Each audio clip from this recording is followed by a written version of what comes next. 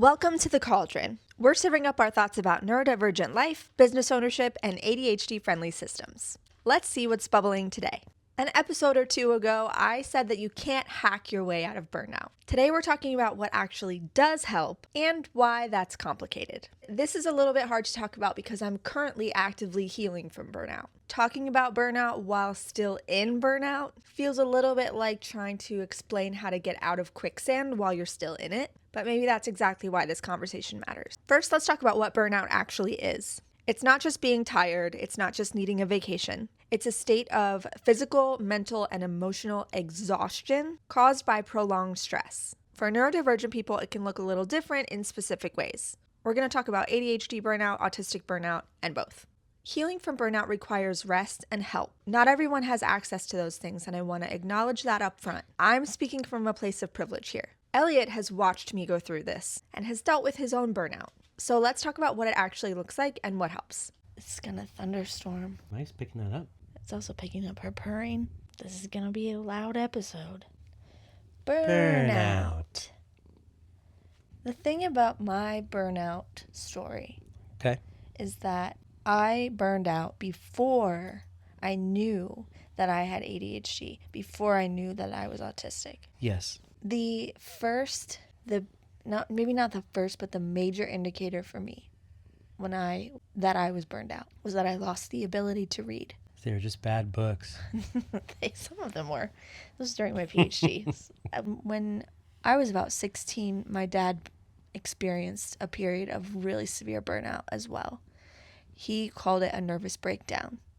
But looking at it with the perspective of hindsight, with the benefit of hindsight, yeah, I think that it was neurodivergent burnout for him also. And so you know how when I hit the wall, the thing that gave it away was that I stopped being able to read. I would open a book, I would see that there were words on the pages, but it was like looking at a different language. I really could not read. Like, comprehension was... And it was like I was looking at pictures instead of words. Yeah. That didn't make any sense. Yeah. And it was so scary because reading had been my thing for as long as I could remember. I started reading when I was 3, and I was always reading. So losing that ability was really jarring for me. Scary. I felt like I was alone. I felt like I was totally alone in it. What I didn't know, and this came out when I was having coffee with my dad the other day, is that when he had his burnout, he was also in grad school. That was when he was getting his master's degree. And he also could not physically read when he hit his wall. It was a little different. He said the words were moving around the page for him, and that's why he couldn't read. Like, they literally were like moving, and he couldn't track them with his eyes. And that was like his wall that he hit. Yeah. So it was really interesting to hear. I wish I'd known that. It provides a completely different lens on that period of time, I bet. Yeah, it does. I wish I had known it then. And I wouldn't have felt so alone. But I didn't tell anyone. Well, you couldn't put it into words either. No, I was really struggling to communicate at all. Yeah. I was, hanging on by a thread. Well, there was a lot of internal dialogue going on. I was very much so in my head. On what this meant and what else it could be. And is this the start of, it just a spiral? I don't know. I guess you don't really know where a spiral is going anyways, and that's the point of it. But this one felt larger for some reason. I felt absolutely directionless. Yeah. And very, very alone in it. And part of the reason I felt alone was because I kept so much of it to myself, that I internalized so much of it. But it is what led me, that period of burnout is what led me to my diagnosis. And I'm grateful for that, I guess, because that gave me better perspective on my brain as it has been my whole life. Right. So it did lead to that. The burnout really it really hit me hard in 2020. That's when I stopped being able to read. Yeah. It was in the summer of 2020 during COVID lockdown, and it just sort of held steady for a while.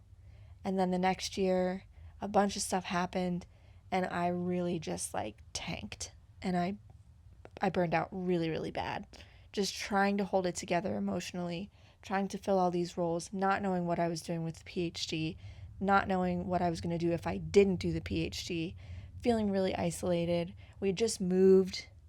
Like, it was all this stuff. Yeah. All this stuff wrapped up together. And then at the end of 2021, I really deteriorated, I would say. And I basically had been operating at that level of burnout until last fall. Okay. What makes you put it at that level, I guess? What's the exhaustion? I think it's like that bone deep exhaustion that I would come home from a shift at the cafe and lay down on the couch and sleep because I could not physically do anything. I would work and throw myself into my work every day, and when I put my laptop away, I would lay down on the couch and physically not be able to get up. It wasn't just tired. Hi, it's Em here. Just Em from the future, doing the editing and the producing. We had a little bit of a mishap with the recording at this point because there was a thunderstorm. And so we took a break to let some of the thunderstorm pass. And when we came back, I forgot to hit record on the audio recording. So what you're going to hear in the next few minutes is not the audio quality you are used to on this podcast. And I cut out a lot of it, and I want to recap a little bit of what got cut out. So, neurodivergent burnout, autistic burnout, ADHD burnout is different from regular neurotypical burnout in a couple of specific ways. So, in autistic burnout, you have a loss of skill regression. You can have increased sensory sensitivity. You can lose the ability to mask and increase the frequency and intensity of meltdowns or shutdowns. With ADHD burnout, your executive function can go completely offline.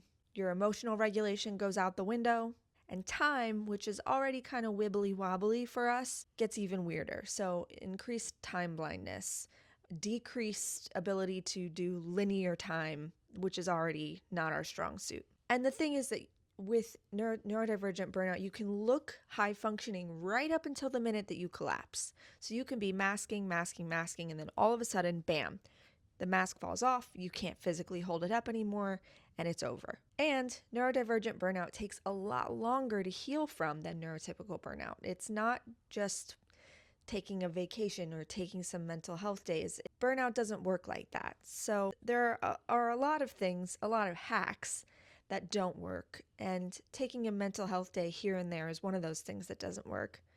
Productivity hacks, because productivity is not the answer to burnout in the first place. So trying to improve your efficiency or improve your productivity is not a winning game. Self-care, in quotation marks, is another thing. Face masks, bubble baths, etc. Those things are surface level self-care that is not going to do the deep healing that you need.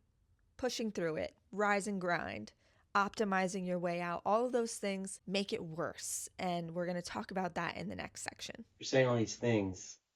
Are they resonating with you? My question was going to be, do you hear me talking about these things? Yeah, well, I do. And I think that your burnout is a combination of neurodivergent burnout and burnout from your job. Okay. Like, anyone in your situation would be burned out, regardless of neurotype. Okay. But you also have neurodivergent burnout in the mix. Okay. Get Elliot out of his terrible job 2026. I don't know that I speak about it enough, my not knowing, because, you didn't know your diagnosis. It's kind of a going with the flow situation, and I could see things coming and things being different, but I was unaware of how different it was, or the riptide that was going in the background of your brain. That is a really good descriptor of it. Yeah. A riptide. That's what it felt like. And so there were some things where it was like, that seems different, or you don't get the same joy out of that. That seems heavier than I thought it was going to be. Those sort of things. And if I could do it over again, I think it would be more of a conversation in seeing the difference and wanting to know where you were at. Well, I think that there was so much shame about it. I had so much shame because I didn't understand why I suddenly wasn't able to do the things that I was able to do before. Yeah. And I felt like, an enormous failure because everything that I was trying to do, I couldn't. I didn't want to talk to anybody about it because of the shame. I still have a lot of shame. Because it's not over. It's not something that it can hit you overnight, but it's not something that you can heal from overnight. It takes a long time. Yeah. I have found, I don't know if this feels the same for you, but the burnout itself feels, in a way, like dealing with the cycle of grief. Mm-hmm. Yeah, I can see that. That it's so not linear, and sometimes it is so in your face. And sometimes you kind of feel like you're doing okay, Yeah. and then all of a sudden Like, you're not. oh, those were just bad days. And then you're like, I feel like I'm back where I started. Yeah. And it's almost worse. Yeah. This is where we took another short intermission when I realized that I had not been recording the audio that whole time. I cut Elliot off in the middle of him talking about self-care in quotation marks as a math problem. Roll tape. Back from the intermission. I'm so mad at myself. Okay. We're fine. Okay. So the math problem. Yeah, tell me the math problem. So I'm already at -2 spoons. Okay. And then I try to do a mask. Okay. Let's say it's -1 spoons with that mask. Okay. A nice, Yeah. this feels good. I'm going to sit here for 15 minutes. Yeah. And you take it off, you go throw it in the trash, and you look in the mirror and you go, wait, why did I even do that? Did I even have 15 minutes? I should have done this elsewhere. And you realize, I feel like that disappointment, not am I only at -3 spoons because of the experience of having -2 and a -1 mask, the disappointment tanks it lower. And then what did you gain from doing that mask? Nice skin? Did you gain any energy? Did it energize you at all? Did it fill your cup at all? No, it did not. No, because it's surface level stuff. It is not the deep healing that you need when you're in burnout. So trying to optimize your way out of it, trying to do the calculus of it and optimize your way out of it, not only does not work, it can make it worse. Okay. So what actually helps, in my experience, rest and help. Can we split it? Oh, Yeah. Okay. The rest is not just sleep, although sleep is part of it. Okay.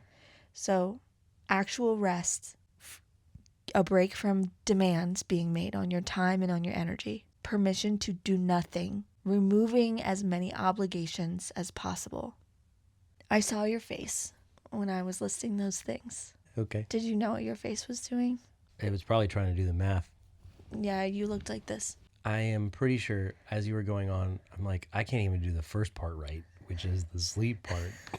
Like, I'm already at a deficit with that. Well, let's go back to last fall Okay. when my mother came to me in a dream. No, she came to me over my dining room table. Yeah. And had a list of burnout symptoms, autistic burnout symptoms on her phone. Yeah. And she passed me the phone and she said, I need you to read this list and I think this is you. And I think it has been you for a long time. And I think we should have had you tested for autism when you were a kid, and I'm sorry we didn't. Yeah. And she said, you need to go get tested. You need to go have yourself assessed for autism. Yeah. And that started that whole journey. In the end, I came back to her and said, you were right. I am autistic. I am burned out. I took the burnout inventory, the Copenhagen burnout inventory. That sounds cool. And Sounds like a game. I got a 48 out of 48 on it. You won. Well, I saw the score first. Initially, I was like, 48, that's not too bad, because I thought it was out of 100. Oh, sure. And then I scrolled down and it said, out of a possible 48. And I was like, doom. So I went to her and I said, you were right. I'm autistic and I'm burned out and it's bad. Yeah. And she said, fear not, for I have a plan. She did. She did. And she sat us down and she said, I'm going to take over your life. I'm going to come to your house every morning before work. I'm going to take your kids to school. I'm going to get your kids ready and take them to school so that you can sleep more. I'm going to come over after work and help your kids with their homework and cook you dinner and clean your house. And I'm going to do this until you start feeling better. And that's where the help comes in. Okay. Got it. Because without the help, I could not have rested. Yeah. I am eternally grateful to my mom and to my dad for his part in it also, because he gave up a lot in order for my mom to be able to do that. He helped where he could. Mm-hmm. I'm just so grateful to her for that, because I know it took a lot for her. It took a lot of time and energy and effort and patience for her as well to do all of that. And she's still doing it. I mean, we've scaled back a bit because I am doing better and I'm not 100%, but she also, like, it's been since like November that she's been doing this, and it's March now, so she needed a little bit of distance and a little bit of time so that she didn't burn out. Her help laid the groundwork, paved the way for me to seek other types of help, like therapy, like getting my medication adjusted when I needed to. Practical kinds of support, like she would sit with me while I opened the mail, or she would sit with me while I made doctor appointments. And the fact that she was also cleaning when cleaning became something that was so overwhelming to me and so physically impossible for me to do, but the house not being clean was also stressing me out so much. That was an enormous help. And the fact that she did all of this made it easier for me to work and work well and make money and make enough money to start outsourcing things in my business that were burning me out, like bookkeeping.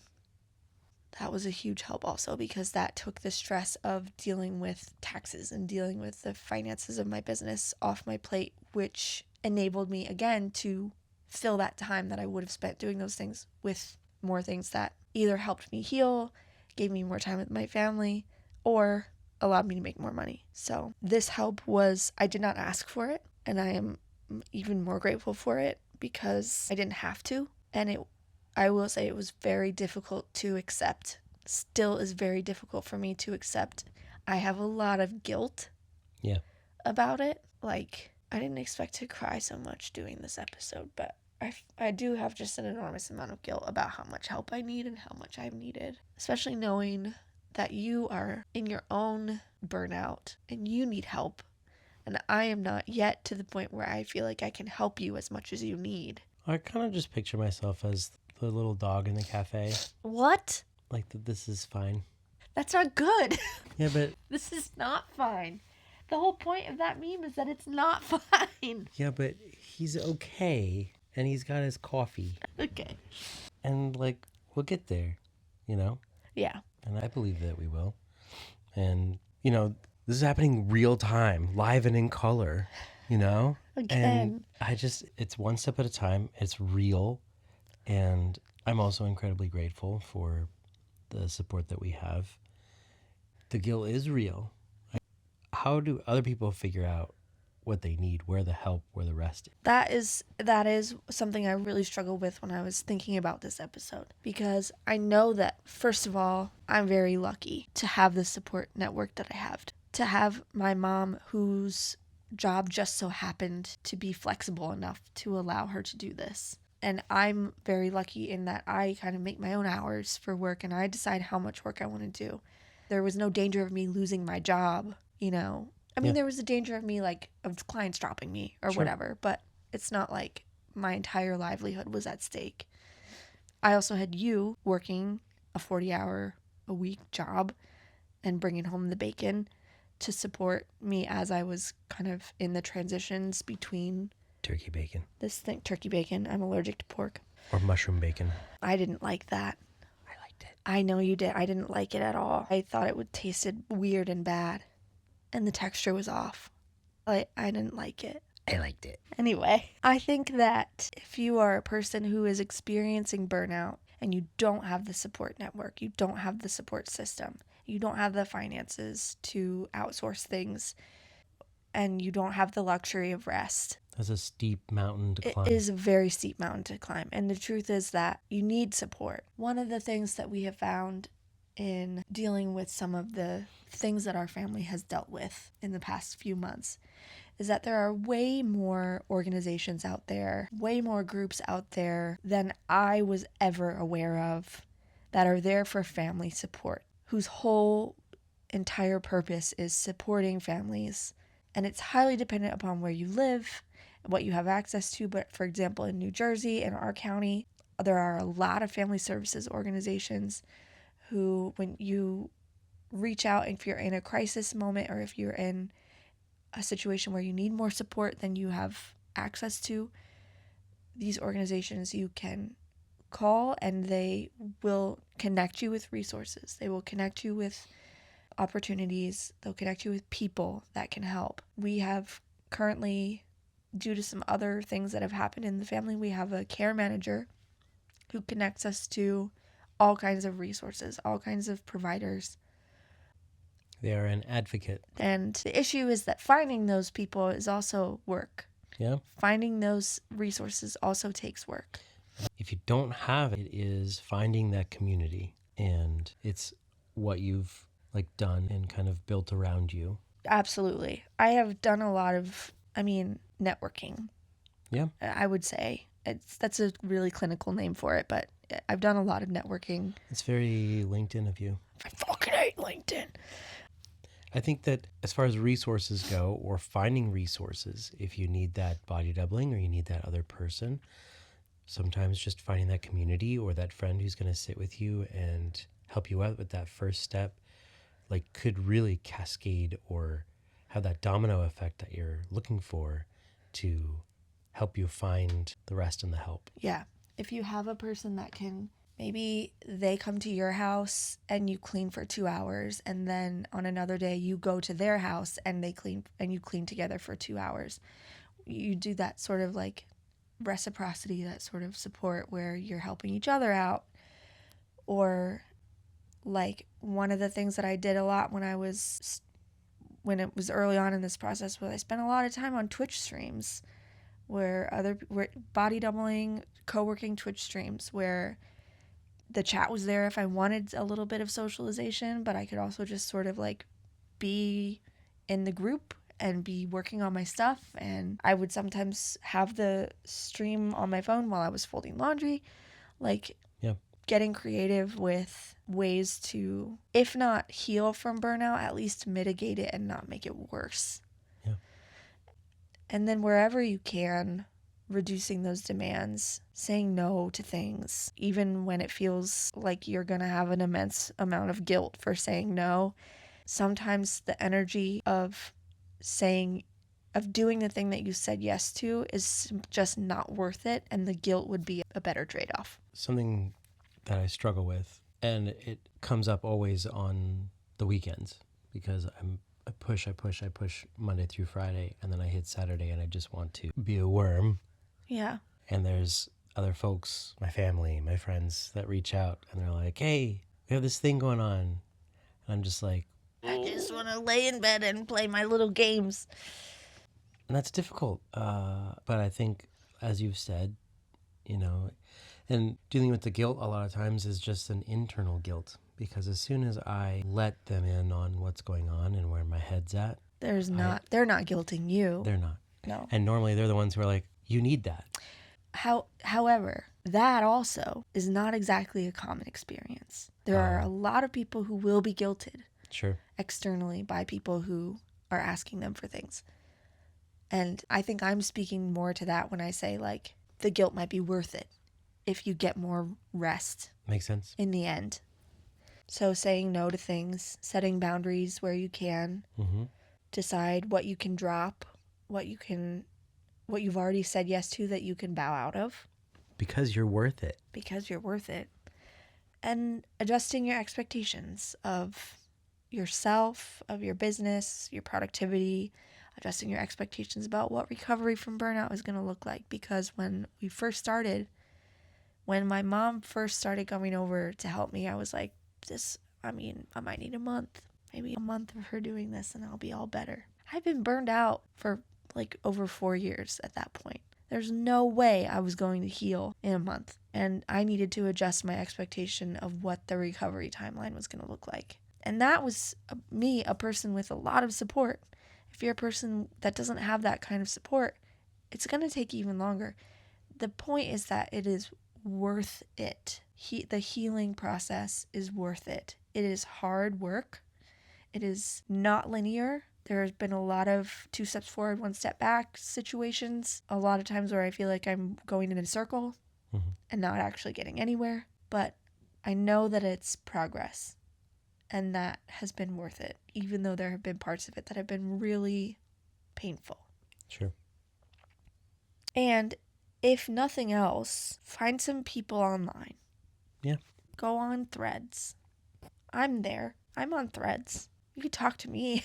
I did want to talk about that too, about burnout not being just like a personal problem, that it is a structural problem, that it's a systemic problem, because we live in a capitalism.